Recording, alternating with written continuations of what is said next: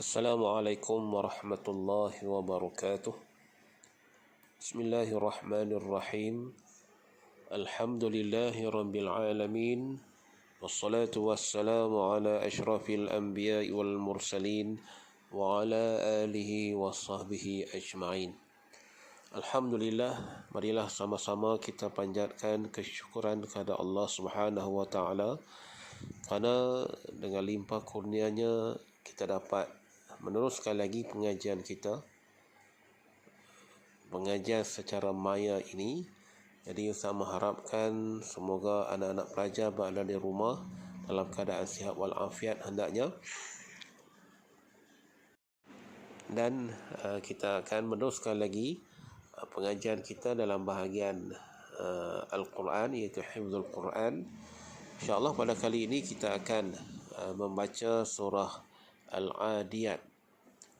Dan anak-anak pelajar dapat bersedia dengan buku teks dan juga Al-Quran terjemahan sekiranya ada, untuk sama-sama kita membaca dan juga memahami makna-makna ayat yang kita akan bincangkan nanti. InsyaAllah sekiranya semua dah bersedia, maka marilah sama-sama kita membaca surah Al-Adiyat ini.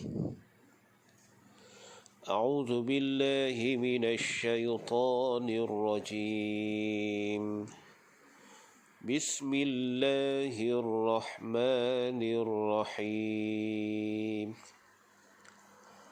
والعاديات ضبحا والعاديات ضبحا. Baik, kita lihat dari segi makna ataupun dari segi hukum tajwid dulu. Wal adiyati dhabaha. Dalam ayat ni kita lihat terdapat hukum mad asli, iaitu pada ya, situ namanya mad asli yang panjangnya 2 harakat. Kemudian dhabha, dhab itu namanya qalqalah sughra, dan ha bila kita waqaf namanya mad iwab. Okey, mad iwab ni berlaku ketika kita waqaf pada baris fathatain. Bila kita waqaf saja maka dibaca dengan baris fathah. Okey, itu mad iwab. Wal adiyati dhabha. Baik, apa maksud wal adiyat? Wal adiyat ni artinya demi kuda perang. Wal adiyat ni demi kuda perang yang tangkas berlari dengan kedengaran kencang napasnya. Wal adiyati dhabha. Wal adiyat tu artinya demi kuda perang yang tangkas berlari, dhabha dengan kedengaran kencang napasnya. Itu keadaan kuda perang apabila dia berlari laju, dia pantas, maka dia tercungap-cungap, napasnya tu bunyi dengan kuat. Itu nak menunjukkan betapa hebatnya kuda perang ini. Jadi Allah bersumpah dengan kuda perang. Itu ayat yang pertama. Jadi wal adiyat tu artinya kuda perang yang tangkas berlari. Ayat yang kedua. Falmuriyati qadha. Falmuriyati qadha. Baik, dalam ayat yang kedua ini kita lihat dari segi hukum tajwid terdapat mad asli pada mu ya, itu mad asli tu. Falmu, mu mad asli, ya mad asli, qad itu namanya qalqalah sughra, dan ha bila kita waqaf namanya mad iwab. Jadi panjang dia 2 harakat. Falmuriyati qadha. Itu. Apa maksud falmuriyati qadha?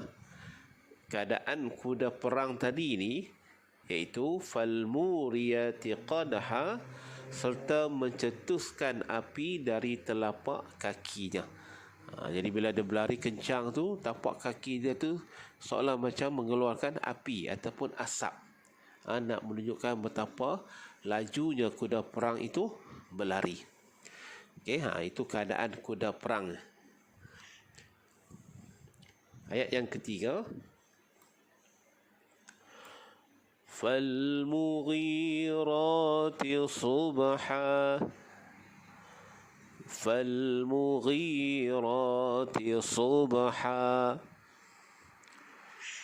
Falmughira masih ada mad asli pada ghi dan juga ra. Itu namanya mad asli. Sub qalqalah sughra dan ha dia jadi mad iwa. Falmughirati subha. Baik, apa maksud falmughirati subha? Dan meluru menyerbu musuh pada waktu subuh.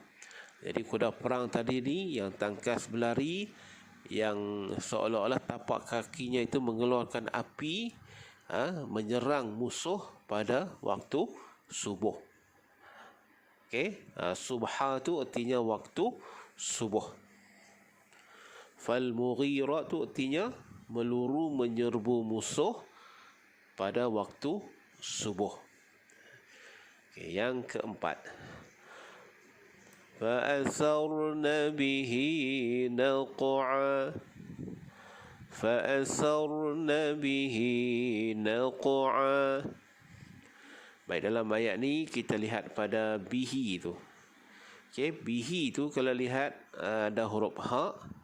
Selepas huruf ha dia ada ya kecil. Okay, kemudian selepas ya kecil itu ada huruf nun. Jadi kalau keadaan begitu namanya maksilah qasirah. Maksilah qasirah.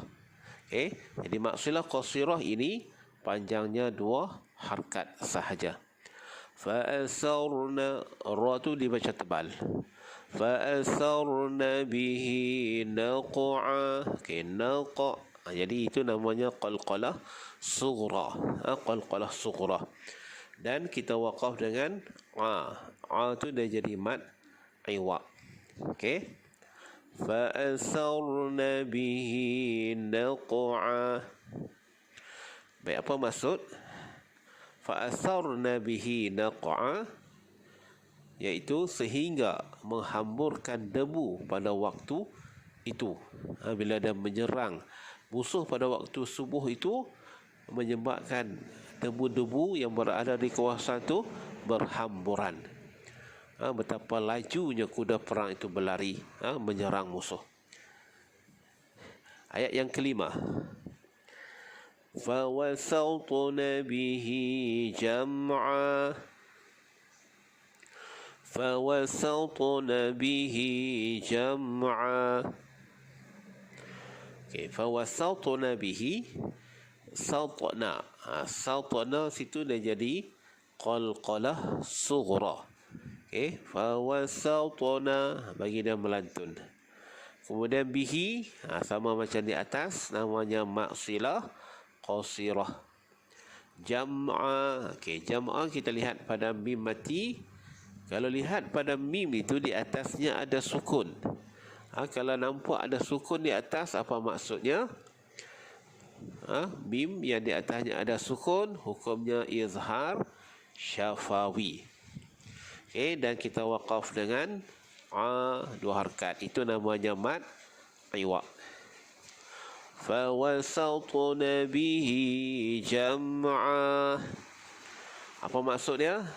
Fawasawtuna bihi, lalu menggempur ketika itu di tengah-tengah kumpulan musuh. Jadi jam'a tu artinya kumpulan musuh. Jadi kuda perang tadi ni dia menggempur musuh di tengah-tengah kumpulan tu. Dia masuk pergi serang musuh-musuh yang ada di kawasan tersebut. Itu keadaan kuda perang yang tangkas, yang hebat di medan peperangan. Baik, ayat yang ke-6. Inna innal insana lirabbihi lakanud. Innal insana lirabbihi lakanud. Dalam ayat ni kita lihat pada insan. Insan, nun mati bertemu sin, hukumnya ikhfa haqiqi. Nun mati bertemu dengan sin. Lirabbihi, hi dia jadi maksilah qasirah lakanud. Okay, bila kita waqaf, situ dah jadi mad arid li sukun dan diwaqafkan dengan qalqalah kubra lakanud, bagi melantun. Okey, itu namanya qalqalah kubra. Sebab apa kubra? Sebab huruf dal itu tidak ada syaddah. Kalau ada syaddah namanya akbar, qalqalah akbar ataupun asyaddul kubra. Okey, apa maksudnya? Innal insan, sesungguhnya manusia, li rabbihi, sangat tidak bersyukur akan nikmat Tuhannya. Li rabbihi lakanud. Lakanud tu maksudnya sangat sikit manusia ni bersyukur kepada Tuhannya. Innal insan, sesungguhnya manusia ini sangat tidak bersyukur akan nikmat Tuhannya. Jadi Allah nak ceritakan kepada kita semua bahawa manusia ini sangat sikit ataupun tidak bersyukur kepada nikmat yang Allah bagi kepada mereka. Allah bagi sihat, Allah bagi mata melihat, Allah bagi telinga mendengar, Allah bagi semua nikmat kepada manusia, tetapi qalilan ma tashkurun, sangat sikitnya mereka-mereka yang bersyukur kepada Allah Subhanahu wa taala. Itu yang Allah nak tegaskan.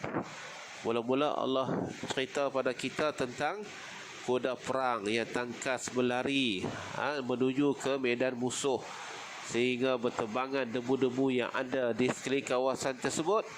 Lalu di situ Allah nak tegaskan pada kita sangat kurangnya manusia ni bersyukur kepada Allah Subhanahu wa taala. Okey. Kemudian seterusnya ayat yang ke-7.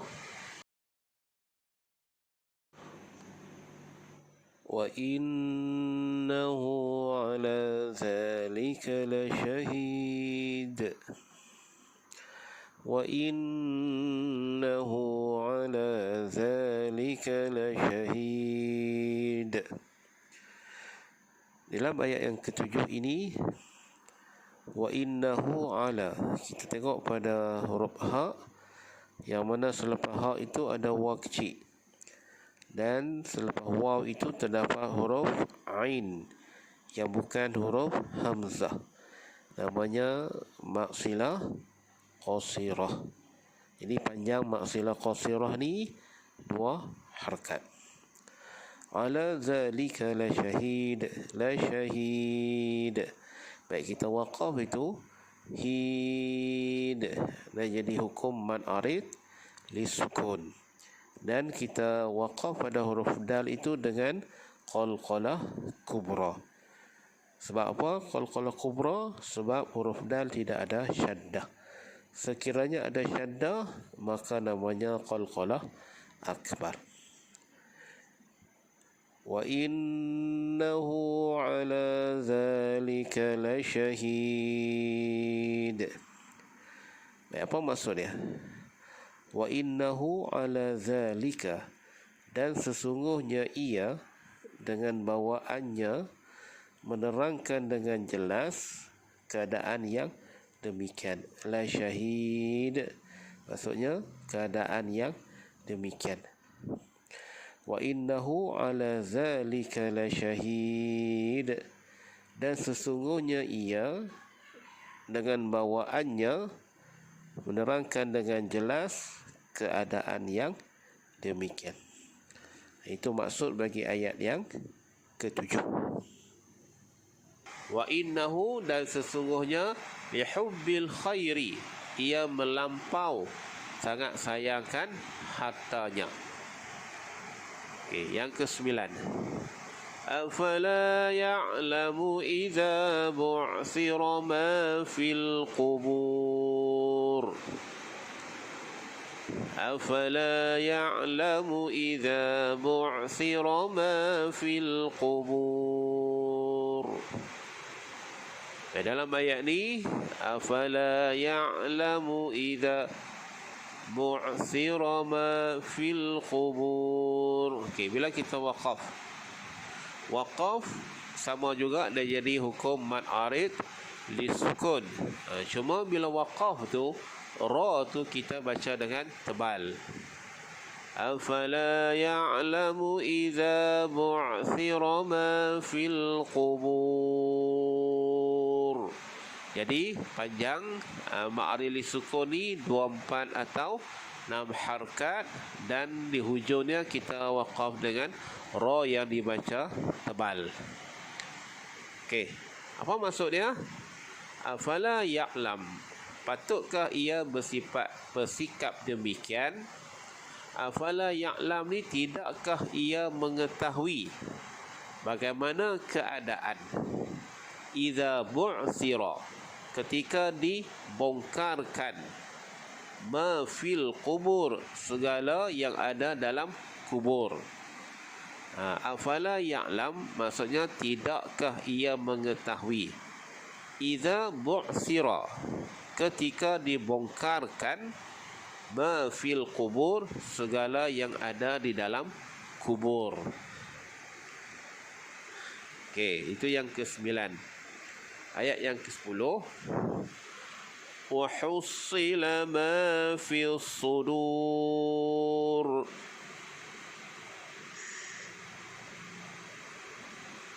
Wa hussila ma fis sudur. Okey.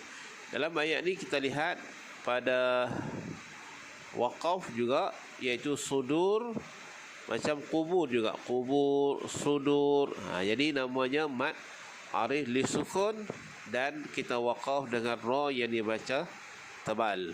Wa hussila ma fis sudur. Gitu. Apa maksud dia? Wa hussila, dan dikumpulkan, ma fis sudur, serta didedahkan segala yang terpendam dalam dada. Yang tadi ini Allah sebut apa yang dibongkarkan dalam kubur dan apa yang didedahkan, yang terpendam dalam dada. Jadi as-sudur tu artinya dada. Dada ni maksudnya dalam hati lah. Okay, dalam dada manusia tu, dalam hati manusia tu. Itu maksudnya as-sudur. Dan ayat yang terakhir, inna rabbahum bihim yawma idzil khabir. Inna rabbahum bihim yawma idzil khabir. Okay. Inna rabbahum, kita tengok pada hukum mim mati ya. Rabbahum, mim mati bertemu dengan ba, namanya ikhfa syafawi. Okey, huruf ba tu adalah huruf ikhfa syafawi. Satu huruf sahaja bagi huruf ikhfa syafawi. Bihim pula mim mati bertemu ya. Jadi tengok di atas mim itu ada tanda sukun. Jika ada tanda sukun, namanya izhar syafawi. Yauma idzil khabir. Okey, tengok pada zilla tu. Zilla tu tanwin bertemu huruf lam. Hukumnya apa? Idgham bila gunnah. Dan kita waqaf sama macam sudur juga. Khabir. Jadi namanya mad arid li sukun, dan ra itu kita dipeskan. Kalau sudur tu tebal sebab dia ada waw, dia ada dhammah. Ya la khabir ni sebab apa dia nipis? Sebab sebelum ra tu ada huruf berbaris kasrah. Jadi fungsi kasrah menipiskan huruf. Jadi faham tu? Inna rabbahum bihim yawma idzil khabir. Jadi pastikan kesemua hukum ma'arif li sukun kita panjang 6 harkat. Kalau mad iwad kita panjang dia 2 harkat. Jadi bagi samalah dari segi bacaan hukum tajwid tu. Baik, apa maksud ayat yang terakhir ini? Inna rabbahum, sesungguhnya Tuhan mereka maha mengetahui dengan mendalam tentang balasan yang diberikannya kepada mereka pada hari itu. Sesungguhnya Tuhan mereka maha mengetahui dengan mendalam tentang balasan yang akan diberikan pada hari itu. Jadi pada hari akhirat nanti Allah yang akan tentukan balasan yang sesuai untuk mereka-mereka tadi. Mereka yang cintakan dunia, mereka yang cinta dan sayangkan pada harta benda. Nanti hari akhirat nanti Allah akan berikan balasan yang setimpal kepada mereka-mereka ini. Baik, anak-anak pelajar sekalian, jadi dari segi bacaan dan juga makna ayat kita dah bincang dah bersama-sama. Jadi kita nak lihat pula dari segi kalimah-kalimah yang terpilih ataupun maksud kalimah yang terpilih dalam surah ini ada 4. Yang pertama, wal adiyat. Apa maksud wal adiyat? Iaitu demi kuda perang yang tangkas berlari. Itu maksud adiyat.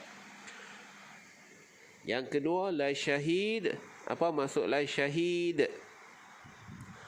Iaitulah menyaksikannya dengan jelas. Itu maksud la syahid. Menyaksikannya dengan jelas. La syadid. Yang tadi kita dah bincang la syadid tu maksud dia sangat melampau. As-sudur. Apa maksud as-sudur? As-sudur ni artinya dada-dada ataupun hati-hati yang ada dalam diri manusia itu. Okey. Baiklah anak-anak pelajar sekalian, jadi setakat itu untuk perbincangan kita dari segi bacaan hukum tajwid dan juga makna-makna ayat. Jadi Ustaz ulang sekali lagi dan kamu ikut sama-sama daripada ayat 1 sehinggalah ayat 11 surah Al-Adiyat ini, insya-Allah. Bismillahirrahmanirrahim. Ikut sama-sama. Wal-'adiyati dhabha. Ikut.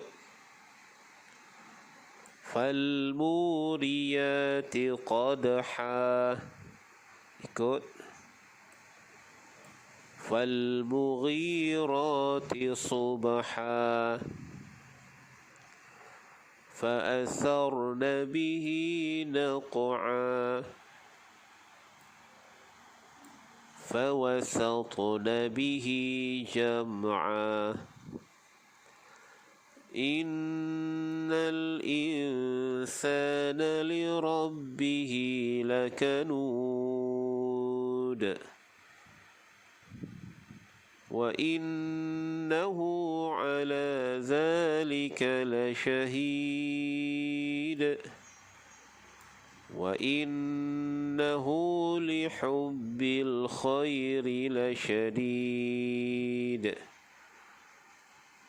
أفلا يعلم إذا بعثر ما في القبور وحصل ما في الصدور إن ربهم بهم يومئذ لخبير. Baiklah, sampai situ dulu untuk perbincangan kita bagi surah Al-Adiyat ini. Sekian. Sadaqallahul azim. Assalamualaikum warahmatullahi wabarakatuh.